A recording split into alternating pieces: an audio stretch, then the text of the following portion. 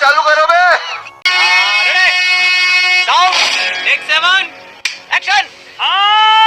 सुधांशु जी, TMC की तरफ से कहा जा रहा है ये उग्र राष्ट्रवाद है, ये उग्र राष्ट्रवाद की उड़ान है, और कांग्रेस पार्टी कह रही है ये चुनावी फोटो ऑप है।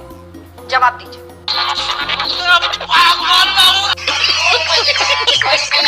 देखिए, मैं सिर्फ ये बात बताना चाहता हूं, जो जयराम रमेश जी ने कहा उनकी बात का पहले जवाब देता हूं। तृणमूल कांग्रेस का तो बयान बहुत ही घटिया है, मेरे विचार से ऐसा बयान नहीं देना चाहिए, क्योंकि तेजस की सफलता के बाद भारतीय वायुसेना ने 10,000 करोड़ रुपए का ऑर्डर दिया है जेल को।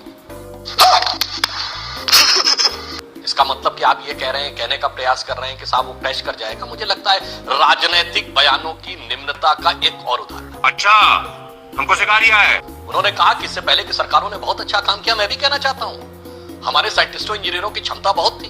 कांग्रेस के रिजीम में हमने मिसाइल्स बनाए थे। हमारे विपक्षी लोग हैं, उनके लिए कहना चाहता हूं, सही राह को छोड़कर जो मुड़े हैं, हाँ ये कर लो पहले।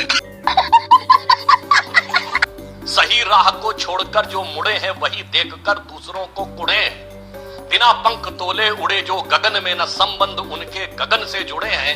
अगर बन सको तो पखेरु बनो तुम, प्रवरता तुम्हारे कदम चूम लेगी।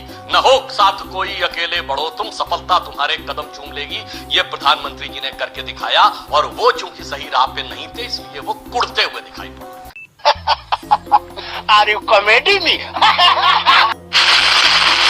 सवाल कुछ और था सर, आपने जवाब उसका बिल्कुल अलग दे दिया, क्योंकि 25 नवंबर को राजस्थान में वोटिंग हो रही थी, चुनावी फोटो ऑप पर सवाल था। मैं लौटूंगी, लेकिन वो कह रहे हैं कि कुड़कर विपक्षी नेता जो है वो लड़ाकू हुए जा रहे हैं पीएम के लड़ाकू विमान पर सवारी को लेकर।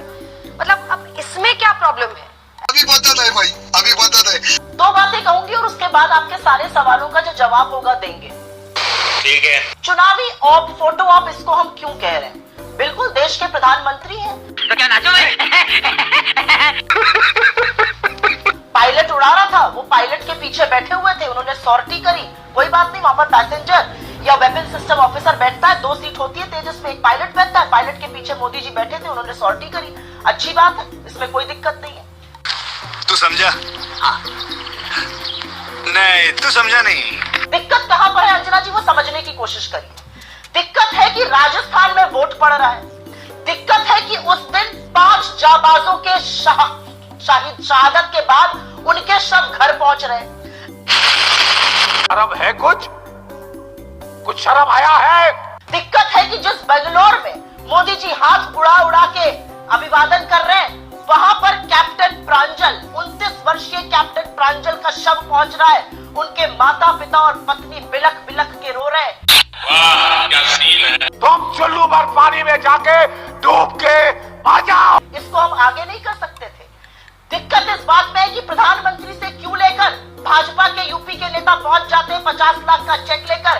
कैप्टन शुभम, 27 वर्षीय कैप्टन शुभम जिनकी शहादत हुई, उनके मां के साथ चेक वहां पे खड़े हो जाते हैं खिंचाने के लिए। मां कहती है प्रदर्शनी मत करो। ये बड़ी अच्छी बात कही आप। ये गिद्ध होने से दिक्कत है। दिक्कत इस बात से है कि जिस सचिन की शहादत हुई उसकी 8 दिसंबर को शादी थी। तो दिक्कत इस बात से है कि वक्त और समय होता है हर चीज का। यही नहीं, अभी और सुनिए।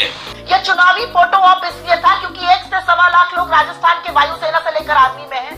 प्रधानमंत्री हर बार ऐसा करते हैं, आपको शायद ना याद हो, मुझे अच्छी तरह से याद है।